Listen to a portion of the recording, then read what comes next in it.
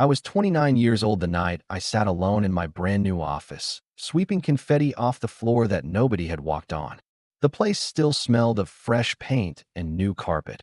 I had spent months obsessing over every detail, from the glass-paneled conference room to the espresso machine in the kitchen. This was supposed to be the biggest night of my life, the grand opening of my company, something I had been working toward for nearly a decade. And yet, the chairs sat empty. The food I had catered was untouched, except for the lonely plate I ate just so it wouldn't go to waste. My name's James, and for as long as I can remember, I've been the responsible one in my family. The one who kept the peace, who showed up for every birthday, who lent money even when it meant eating noodles for a month. My younger brother, Kyle, was always the golden boy. Anything he did, no matter how reckless, was somehow framed as ambitious, charismatic, or just Kyle being Kyle. When he dropped out of college after 2 semesters to find himself, my parents proudly announced that he was entrepreneurial. When he burned through 3 jobs in a year, they said he just hadn't found his passion yet. Meanwhile, I quietly put myself through school, worked double shifts at a warehouse, and lived in a studio apartment that barely fit a bed and a desk. Every dollar I saved went toward this dream, starting my own company. Not a side hustle, not a passion project. A real, legal, registered company with employees and office space. Something that would last. So when I finally signed the lease and opened the doors, I thought my family would be proud. I sent out digital invites weeks in advance, even printed a few physical ones for my parents, because I knew they'd say they never saw the email. I arranged for champagne, music, a little speech to thank everyone who supported me. At 6 p.m., I stood by the entrance in my one good suit, waiting for the first familiar face to walk in. At 6:15, I told myself they were just running late. At 7, I refreshed my phone. No calls, no texts. No, we're on our way. At 8, I quietly told the caterer they could pack up the leftovers. I didn't cry. I just sat at one of the desks, sipping warm champagne from a plastic flute, staring at the empty lobby. The room echoed with every sound. All I could think was, after everything I've done for them, they couldn't even bother to show up for one night. Then my phone buzzed. It was a photo in the family group chat. Kyle and my parents were standing in front of a brand new barbecue grill, laughing, holding drinks. The caption read, "Housewarming success." I stared at it for a long time. No, sorry we couldn't make it. No congratulations, James. Nothing. Just a casual broadcast that they had all chosen Kyle's housewarming over my grand opening without a second thought. I didn't reply. I couldn't. My stomach twisted, but part of me wasn't even surprised. I cleaned up the last of the decorations, turned off the lights, and went home. The next morning, I woke up to a text from Mom. "We need to talk about profits. Your brother says he deserves a cut." I just sat there, staring at the screen, my coffee going cold. My brother deserved a cut? Of what? He hadn't invested a cent, hadn't lifted a finger, hadn't even shown up to the launch. My company hadn't even made $1 yet. But suddenly, Kyle was entitled to part of it? I didn't answer right away. I just felt this wave of exhaustion, not just from the night before, but from years of being taken for granted. I could already picture how the conversation would go. Mom insisting that family comes first, Dad saying that Kyle needs this more than you do. Kyle probably sending me a list of reasons why his contribution, whatever that was, justified a percentage. And for the first time in a long time, I felt something in me harden. That text wasn't just a request. It was a warning shot. And I had a choice. Roll over, like I always did, or do something different this time. I put my phone down, poured myself another coffee, and started thinking. And that's when I realized, maybe for the first time in my life, that I wasn't as powerless as they thought I was. I didn't reply to Mom's text that day, or the next. Instead, I watched the group chat light up with more photos of Kyle's housewarming, more inside jokes I wasn't part of. Each one just added fuel to the quiet fire building in my chest.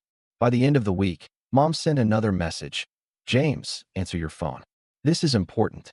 I did answer, eventually, and what I said next made her go completely silent. When I finally picked up the phone, Mom launched into her usual routine. "No hello. No how are you. Just a clipped. James, we've been trying to reach you for days." I stayed quiet for a beat longer than usual, just enough for her to notice. "What's going on?" she pressed, as if I was the one acting strangely. "You're asking me about profits," I said slowly, choosing each word carefully. but not one of you showed up to my company's launch." There was a pause. A long one. I pictured her standing in her kitchen, hand on her hip, already annoyed at being challenged. "James," she finally said, in that patient but condescending tone she used when I was a kid. "You know how important Kyle's housewarming was. Everyone was there. It wouldn't have been right to split up the family over one night." "One night," I repeated. My voice came out flatter than I expected. This wasn't a dinner party. This was my business launch, something I've worked toward for years. She sighed, like I was the one being dramatic. "You're overreacting. Kyle is just starting his life with Emily, and you'll have plenty of other events. Now about the profits." I actually laughed at that. A sharp, humorless sound that made her go silent for a second. "Profits? Mom, I haven't even finished onboarding my first clients yet. There are no profits." "Well, Kyle was saying that since he inspired you to start the company, he should get some sort of founder's share, or at least a family discount, since he wants to use your services for his own projects." That stopped me cold. "Inspired me?" I asked, incredulous. "Mom, I've been planning this since college. Kyle didn't even know what I was working on until last month." She kept talking, completely ignoring my point. "Look, your brother is trying to build his life. You're single, you don't have kids, you can afford to be generous. Think of this as helping the family." Helping the family. That line again. I told her I had to go and hung up before she could say anything else. That was the moment I realized this wasn't going to blow over. My parents didn't see my company as mine. They saw it as the family's new resource. And Kyle was first in line with a plate, ready to take whatever he wanted. Over the next few weeks, it just got worse. Kyle texted me directly one afternoon. "Hey bro, I was thinking, can you hook me up with a partnership package? Like, I'll promote your company to my friends, and in return, you give me a lifetime free account." "Fair." I stared at the message, baffled. He had never promoted anything in his life except his own parties. When I didn't reply right away, he sent another. "Mom said you'd probably say yes. Just let me know what I need to post." That's when I decided I wouldn't respond at all. A day later, Mom called again. "James, why are you ignoring your brother? He's trying to help you grow your business." I asked her, very calmly, if she understood that what Kyle was asking for was essentially free labor. She brushed it off. "It's just family. You're making such a big deal out of nothing." But the group chat told a different story. One night, Kyle sent a photo of his new patio furniture, writing, "Thanks Mom and Dad for the loan." Another relative replied, "What about James? Didn't he just launch something?" Kyle, "Yeah, but he's being super weird about money lately." Mom chimed in, "He's stressed. He'll come around." They were having entire conversations about me, about my money, my company, without me, right in front of me. Then came the kicker, an invitation to Kyle's networking barbecue. "You should come," Mom said brightly when she called to follow up. "Lots of people there could be good for your business." I asked who was going to be there. "Oh, just some of Kyle's friends, people from his gym, Emily's family. Bring some business cards." I almost laughed. They skipped my launch, but now I was supposed to show up at Kyle's party and beg his friends for business? I didn't go. And that night, they sent a group picture of the whole family standing around the grill, captioned, "So much fun. We missed you, James." The "we missed you" stung more than I expected. Like it was my fault for not playing along with their narrative. The final straw came 2 weeks later. I got an email from my accountant saying that someone, using my mother's email address, had inquired about adding a family partner to my company's banking account. They didn't have access, of course, but just the fact that they had tried made my stomach drop. I called Mom immediately. "Oh, that," she said, sounding annoyed. "I was just trying to make things easier for you. This way Kyle could handle some of the finances and take the stress off your plate." I was quiet for a long time. "James, don't ever do that again," I said finally. My voice was low, steady. "You don't touch my accounts. You don't ask about my accounts. This company is mine." She huffed. "You don't have to be so territorial. We're just looking out for you." But I didn't believe that anymore. I hung up and sat in my office for a long time, staring out the window. The city below was alive with people living their lives, making their own choices.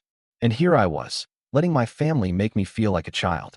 For the first time, I started thinking seriously about what it would mean to set boundaries, real boundaries. Not just saying no once, but actually making sure they couldn't take from me again. The very next day, Kyle sent me a new text. "Bro, did you see the new patio heater I bought? You should come check it out.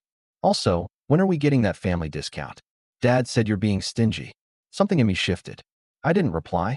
Instead, I opened my laptop, logged into every single account with my name on it. Joint streaming services, shared utilities, even the old family phone plan, and started making a list. Because if they thought they were entitled to everything I had built, they were about to find out just how wrong they were. And I wasn't going to warn them this time. 2 weeks passed. I was busy onboarding my first real clients, spending long nights at the office, drinking too much coffee, living off takeout, and honestly, feeling proud of myself. For a moment, I thought the family drama might cool off if I just stayed quiet and focused on my work. But then came the weekend that flipped everything. It was a Saturday morning, and I had planned to sleep in for the first time in weeks. Around 7:30 a.m., my phone started buzzing relentlessly. First a call from Mom, then Dad, then Kyle, then Mom again. I groaned, rolled over, and ignored it. A minute later, a notification popped up from my company's internal dashboard, a flagged access attempt. Someone was trying to log in from an unknown device. I sat straight up in bed.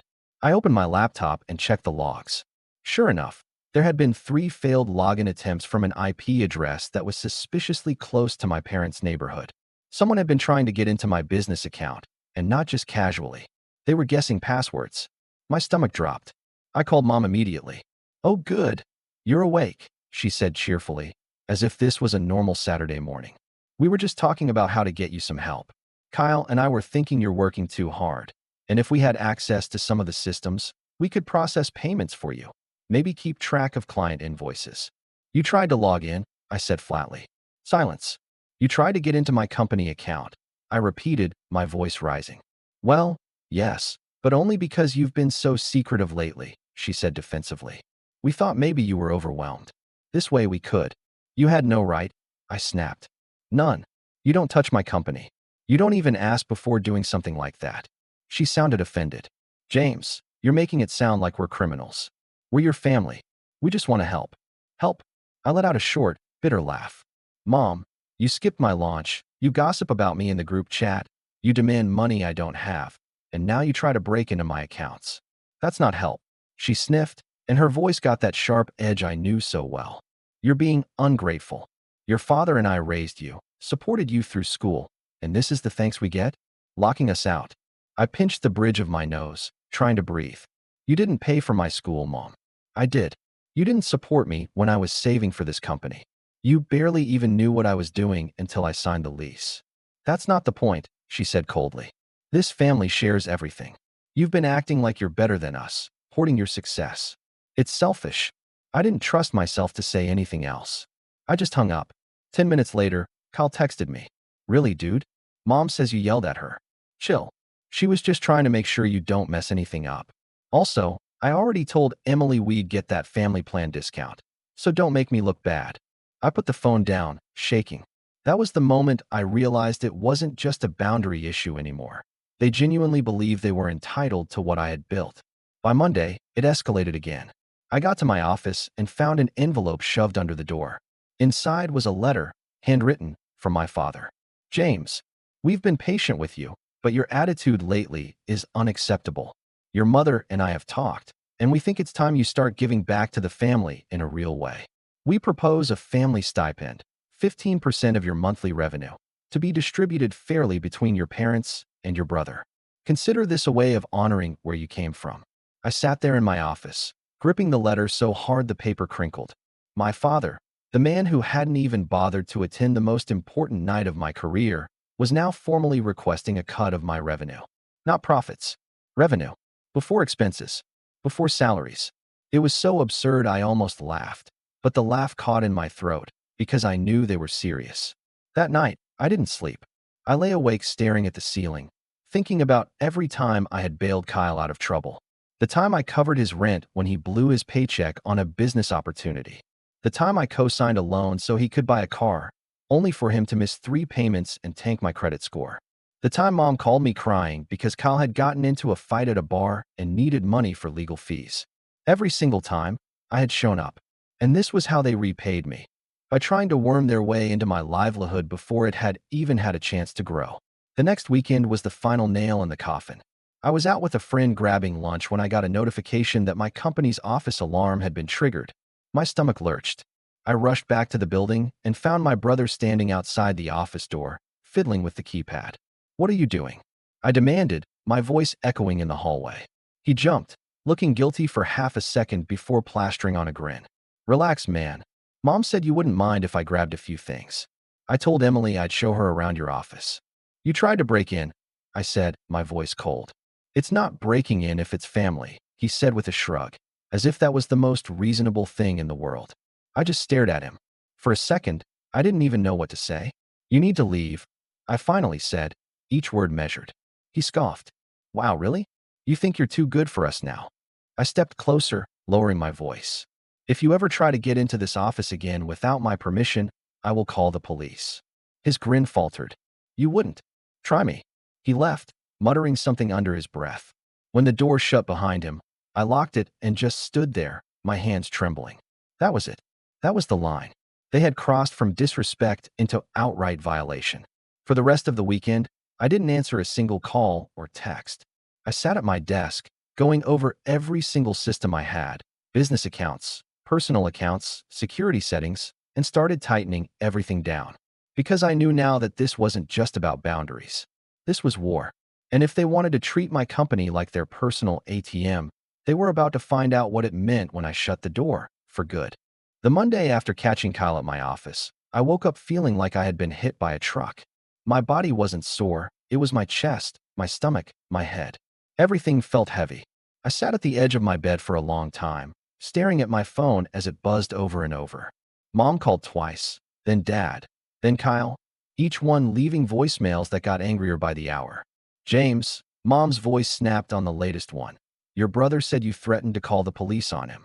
This is ridiculous. You need to apologize before this family falls apart completely." I didn't listen to the rest. I deleted it, stood up, and walked to the kitchen. I made coffee on autopilot and sat down at the table, just staring at the steam curling out of the mug. For years, my family had been my safety net, even if they were dysfunctional.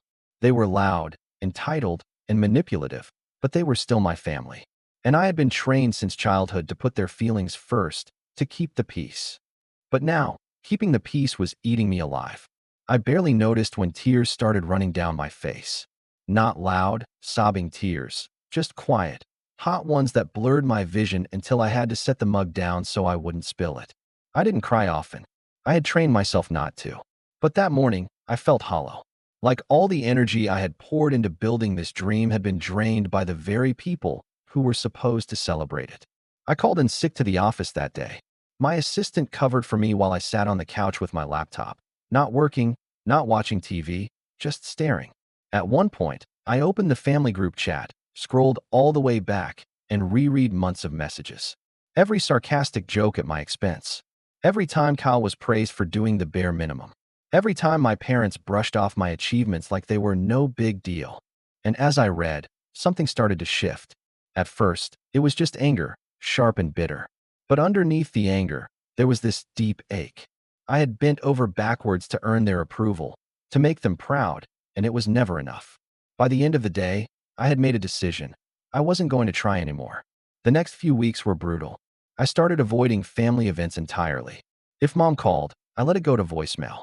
If Dad texted, I ignored it.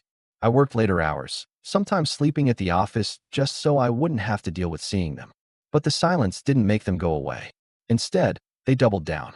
Mom showed up at my apartment one afternoon, knocking on the door like she owned the place. When I opened it a crack, she immediately started in. "James, this is childish. You can't keep cutting us out just because you're upset. Your brother is hurt. He was only trying to help. Trying to help by breaking into my office." I asked, my voice tired. "You're exaggerating," she said, waving a hand. "He just wanted to see the space. You should be flattered he cares enough to get involved." I stared at her, and for the first time, I didn't feel the familiar pull of guilt. Just distance. "I'm busy," I said, and shut the door before she could respond. I leaned against it, heart pounding, but also feeling something strange, a flicker of relief. The next weekend, I skipped a big family dinner that had been on the calendar for months. Mom sent me 20 texts in a row, everything from guilt trips, "Your grandmother was asking about you," to anger, "You're embarrassing us by not showing up," to veiled threats. "If you keep this up, don't expect us to support you when things get tough." I didn't reply to any of them, but the silence came with a price. Work got harder. I was exhausted all the time, my mind constantly replaying arguments that hadn't even happened yet. I stopped sleeping through the night. I'd wake up at 3 a.m. in a cold sweat, thinking about Kyle standing at my office door, smirking like it was all a game. I was irritable with my employees, short with friends, even clumsy with small tasks. One night, I stayed at the office until dawn just running numbers, terrified that I'd miss something critical and the whole business would collapse, and my family would swoop in and say, "See, this is why you needed us." But little by little, something else started forming under all that fear and exhaustion: clarity. One Friday night, I sat in my office with a notepad and just started writing. Not emails, not work tasks, just a list. I wrote down every account my name was on that my family could access, every shared bill, every streaming service, every old account that still had Kyle or my parents listed as secondary users. Then I wrote down all the ways they could potentially interfere with my business, from trying to access accounts, to calling vendors, to showing up uninvited. It wasn't just a to-do list. It was a blueprint, because I realized that if I didn't take control now, this would never stop. I spent the entire weekend acting on that list. I called my bank and added extra security measures. I set up two-factor authentication on every platform. I moved my personal savings to a new account at a different bank. I spoke to my attorney about locking down the company paperwork so no one could make changes without my consent. Each step made me feel a little lighter. By Sunday night, I sat back in my chair, staring at the office ceiling, and felt something I hadn't felt in months: calm. Not happy, not triumphant, but calm. Because for the first time, I wasn't just reacting to what my family did. I was preparing. And deep down, I knew this was only the beginning. Whatever came next, I was going to be ready. And this time, they wouldn't see it coming. It's strange how much lighter the world feels when you finally stop begging for someone else's approval.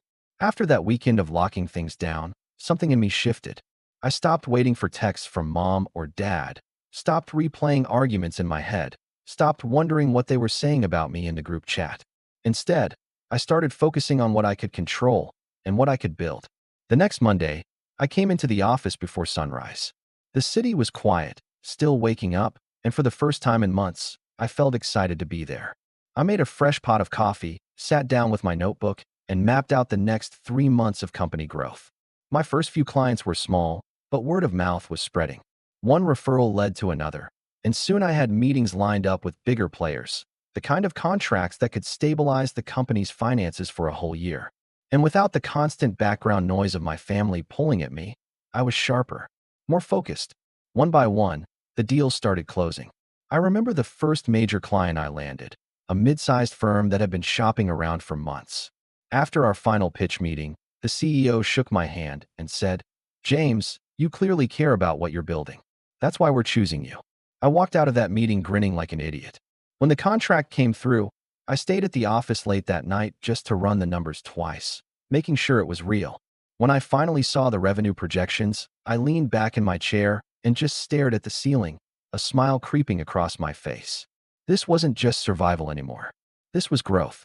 And with growth came options. The next few weeks, I invested in better equipment for the office, hired a part-time assistant to handle admin work, and even brought in a consultant to help streamline operations. Each improvement made the business run smoother, freeing up more of my time to focus on strategy. It felt good, better than good, to see something I had poured years of effort into finally thrive. But the best part wasn't the money or the success. It was the confidence. I stopped feeling small when my phone buzzed with a message from mom or Kyle. I stopped dreading running into them at the grocery store. In fact, I started ignoring them entirely. One afternoon, mom left me a long voicemail, full of sighs and dramatic pauses. "James, this has gone on long enough. Your brother is hurt. Your father and I are hurt. We just want to sit down and figure out a way to work together. Family is supposed to share." I didn't call her back. Instead, I listened to the message twice, calmly deleted it, and went right back to reviewing a new contract that was worth more than my first 3 clients combined. And then something interesting happened. Kyle texted me, not with demands this time, but with a question. "Hey bro, do you know anyone hiring? Things are kinda tight right now." I stared at the screen for a long moment. I could have ignored him. I could have gloated. But instead, I typed back, "No, sorry. Things are busy here." And that was it. The power dynamic had shifted. I didn't need to yell or argue. I didn't need to explain myself. For the first time in my life, I had the freedom to simply not engage. And that silence drove them crazy. The texts started coming more frequently. Kyle asked if I could lend him money to cover rent. Mom asked if I could pay for a family trip they had already booked since they were a little short right now. Dad left me a message saying he'd heard about my new clients and that it was only fair to share some of the success. I didn't respond to any of it. Instead, I kept growing. Within a few months, I had doubled my revenue. I moved the company to a slightly bigger office with more natural light and room to expand. I bought new furniture, upgraded our software, and even hired a junior project manager to take some of the workload off my shoulders. For the first time, I felt like a real CEO. And that's when I started thinking about the next phase, not just surviving, not just growing, but using my position to protect myself permanently.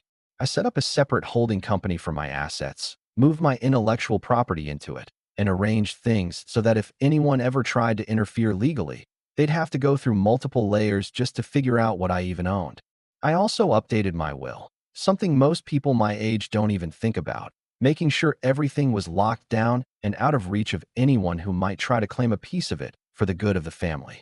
Each step made me feel stronger, calmer, and more in control. But the irony was that the more I pulled away, the louder my family got. Mom started sending guilt-laden emails about how she missed her son. Kyle posted vague rants on social media about selfish people who forget where they came from.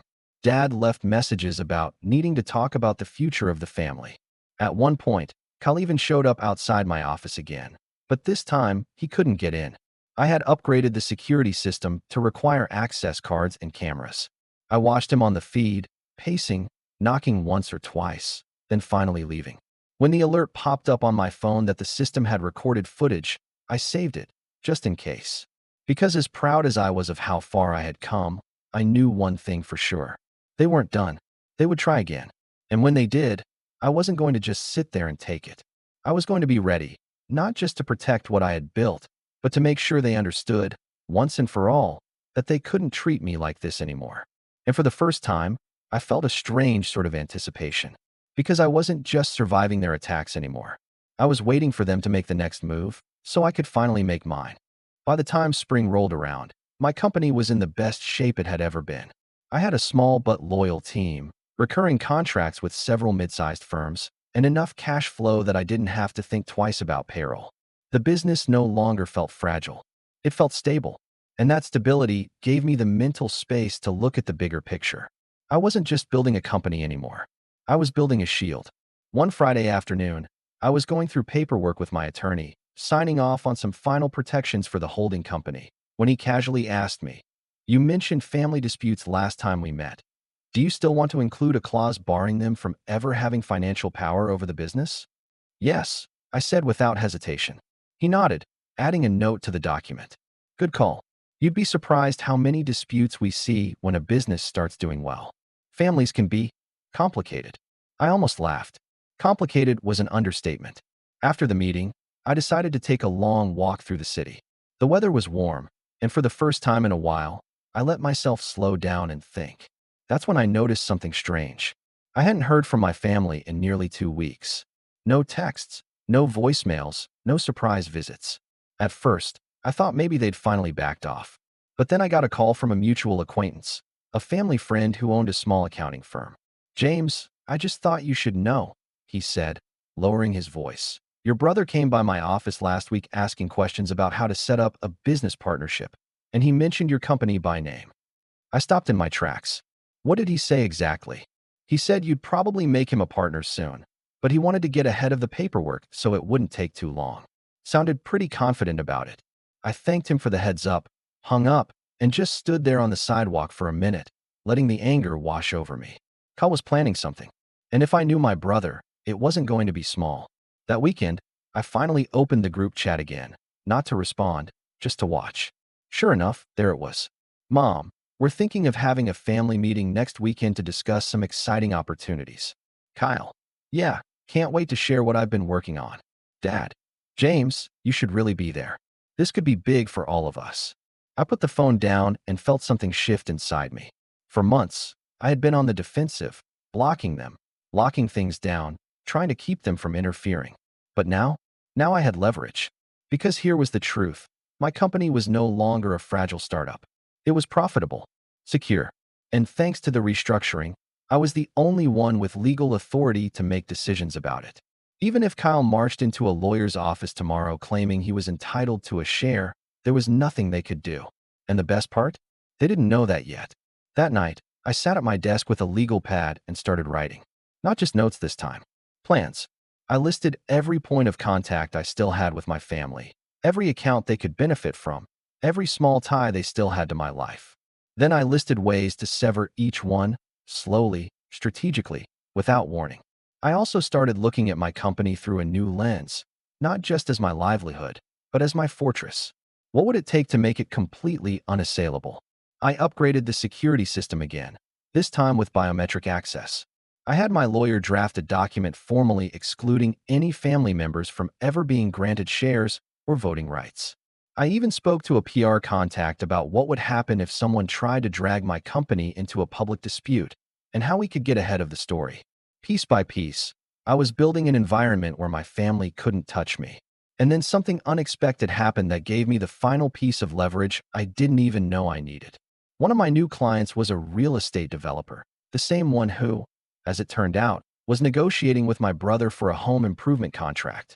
During a meeting, the developer casually mentioned Kyle's name, asking if we were related. I kept my face neutral and nodded. Funny guy, the developer said with a chuckle. He's trying to get us to front him some money for the job before he delivers. Said he's good for it because his family business is doing so well. My eyebrows went up. Family business? Yeah. He said his brother owns a company that could back him if needed. I didn't correct him. I just smiled faintly and made a mental note. Because now I had something my brother didn't realize I had. Influence. Quiet, subtle influence. The kind that didn't require yelling or fighting. Just a well-placed word here and there to make sure the truth came out when it mattered. By the time the family meeting rolled around, I was ready. Not just emotionally, but strategically. I had all the documentation proving my sole ownership. I had backups of every security log showing their attempted interference.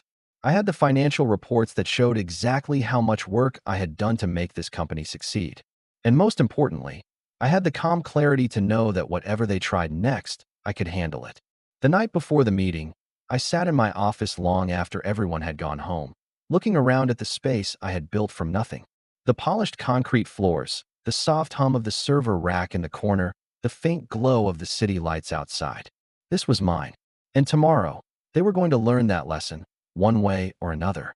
I leaned back in my chair, a slow smile spreading across my face. Because the setup was done, all that was left was to let them make their move and then play mine. The family meeting was scheduled for Sunday afternoon at my parents' house, the same house where I'd spent countless holidays sitting at the kids' table while Kyle held court as the center of attention. This time, I didn't feel like a kid walking into enemy territory. I arrived on time, dressed in a suit, calm and collected. When Mom opened the door, her eyebrows shot up. "Well, don't you look formal," she said, half amused, half wary. "This is a business meeting," I said evenly, stepping inside. Kyle was already at the dining table, leaning back in a chair with a smug little grin. Dad sat at the head, looking serious, as if he was presiding over something official. "Glad you could make it," Dad said. "Let's sit down and talk like adults." I took a seat across from Kyle, who immediately launched into his pitch. "So here's the deal," he said, spreading out a few papers as if this was his boardroom. "I've got a line on a great project, but I need some capital to get it going. Once it takes off, it'll benefit the whole family. Since your company is doing well, we figured you could front the investment, just a small percentage of your revenue each month, and we'll consider you an official partner." He leaned back, clearly expecting applause. Mom nodded approvingly. "See? This is what we meant about working together. Everyone contributes, everyone wins." I let them talk for a few more minutes, just listening, my hands folded on the table. When they finally stopped, waiting for me to agree, I slid a folder across the table. "What's this?" Dad asked. "Documentation," I said calmly. "My company's operating agreement, ownership records, financials. Everything showing that I am the sole founder, shareholder, and decision maker. And before you ask, no, there will be no partnership, no revenue sharing, no family stipend. This company is mine, legally and permanently. Kyle frowned. Whoa, what's with the lawyer talk? We're family. You don't have to make it so official. Yes, I said evenly, I do. Because the last time we had a casual understanding, someone tried to access my accounts without permission. Someone tried to get into my office. And someone sent me a letter demanding 15% of my revenue, as if it was their right. Mom bristled. That was your father's idea. I have it in writing. I interrupted, my voice firm but quiet. And if anything like that happens again, I won't hesitate to involve law enforcement. The room went silent. For a long moment, all I heard was the faint ticking of the wall clock. You wouldn't, Dad said finally, his voice low. I would, I said simply.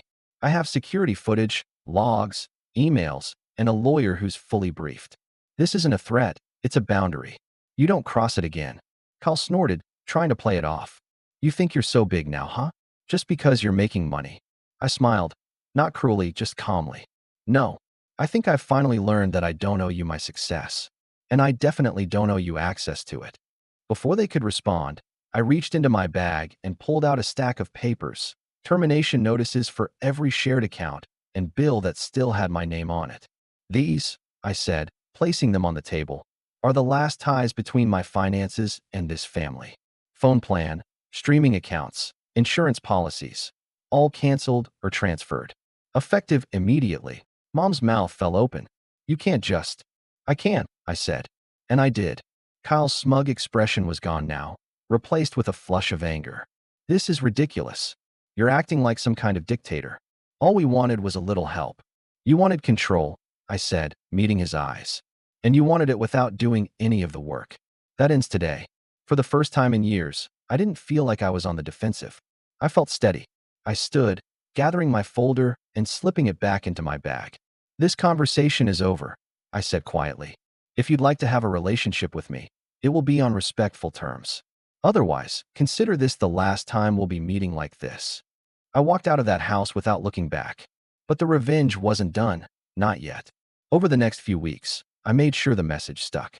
When Kyle tried to name drop my company to a potential client of his, they called me first to confirm the partnership. I politely informed them there was no partnership and never would be. The deal fell through. When Mom tried to guilt-trip me by sending photos of family gatherings with captions like, "We miss you," I didn't respond. When she finally called to demand an explanation, I said calmly, "I'm busy running a company. You know, the one you all ignored. And I don't have time for manipulation." Word spread fast. Family friends started reaching out, not to scold me, but to quietly say they understood. Some even told me they were proud of me for standing up for myself, something I'd never heard from my own parents. And the best part? The more they pushed, the calmer I got. I didn't yell, didn't argue, didn't send long emotional texts. I just enforced my boundaries with quiet consistency. Every single time. And slowly, it started to sink in. The calls became less frequent. The messages grew shorter. The demands stopped entirely. Because they were finally starting to realize that the old James, the one who would cave under guilt, who would show up with his wallet open just to keep the peace, was gone. And in his place was someone they couldn't manipulate anymore. It didn't happen overnight. For a few weeks, the silence felt almost eerie. No texts, no calls, no sudden knocks on my office door. I thought maybe they'd finally gotten the message. But then the fallout hit. One Friday morning, I was reviewing quarterly projections when my phone rang. It was a number I didn't recognize, one of Kyle's contractors. "Sorry to bother you," the man said, "but your brother told us you were his financial backer. We just wanted to confirm before moving forward with materials." I felt that calm, deliberate anger settle over me. "No," I said evenly. "My company does not back any of Kyle's ventures. Please make sure you get everything in writing from him before you start work." The man thanked me, sounding both surprised and relieved. It was clear he'd been burned before. Later that day, Kyle called me, furious. "You just cost me a contract," he shouted the second I answered. "No, Kyle," I said, keeping my voice level. "You cost yourself a contract by lying about my company's involvement." "You're such a jerk," he snapped. "Do you know how hard it is out here? You could have just said yes and helped me out." "I don't reward dishonesty," I said simply, and hung up. That was the beginning of the unraveling. Within a month, I heard through a mutual acquaintance that Kyle had lost 2 more clients. Word had spread that he was unreliable, that he promised financial backing he didn't actually have. Meanwhile, my company kept growing. I signed 2 major new contracts and hired another team member. We moved into a bigger office with an entire floor to ourselves. And then came the family barbecue, the first one I had been invited to in months. Mom called me personally. "James," she said, her tone unusually soft, "we'd really like you to come. Things have been tense. Your father and I want to talk." I debated saying no, but something in me knew this was the moment. When I arrived, the atmosphere was strained. Kyle sat at the picnic table, sullen, picking at his plate. Dad looked tired. Mom looked like she had rehearsed a speech. "James," she began, "we just want to put all this behind us. Family is more important than money." I almost laughed, but I kept my expression calm. "Funny," I said, "because money was the only thing you wanted from me for months." Mom flinched. "That's not fair." "It's completely fair," I said quietly. "You skipped the most important night of my life to go to a housewarming. You tried to get into my accounts. You demanded a percentage of my revenue before I'd even broken even. And when I said no, you tried to guilt me into giving you access anyway." Dad sighed. "We made mistakes. But surely you can forgive." "I can," I said, cutting him off. "But forgiveness doesn't mean forgetting. And it doesn't mean letting you keep taking." Kyle finally spoke up, his voice sharp. "You think you're better than us now, just because you have money." I turned to him, calm as ever. "No, Kyle. I think I've stopped letting you use me as your backup plan. And you don't like it." He didn't respond. I stood then, taking my time, letting the silence stretch. "Here's the truth," I said, looking at each of them. "I built this company from nothing. I sacrificed years of my life for it. And you didn't just fail to support me. You actively tried to take from me. That ends now. We will not be doing business together. We will not be sharing accounts. If you want a relationship with me, it will be as family, not as shareholders." I started walking toward the gate, then paused, turning back one last time. "And if you ever try to cross that line again, to get into my accounts, my office, or my business, I will treat you the same way I'd treat any other trespasser." Their faces were a mix of shock and anger, but nobody said a word. I left without another glance. Driving home, I felt something I hadn't felt in months: peace. Not the fragile, quiet kind I used to cling to, but something solid. That night, I sat in my new office, looking out over the city skyline. My team had gone home hours ago. The space was silent except for the faint hum of the servers. I thought about all the times I had bent over backward for my family, all the times I had sacrificed my own goals to keep them happy. And I smiled, because now, finally, they understood. The next morning, I woke up to a text from Mom. "We'll respect your wishes. We just hope someday you'll come back to the family." I didn't reply. Instead, I took a photo of the office, the polished floors, the clean desks, the name of my company glowing on the wall, and sent it to the group chat with a single message. "You had your chance to be part of this. That chance is gone." And then I muted the chat for good. I leaned back in my chair, closed my laptop, and let out a long breath. For the first time in my life, I didn't feel like I was standing outside the family looking in. I felt like I had built a life and a future entirely my own. And this time, no one could take it from me.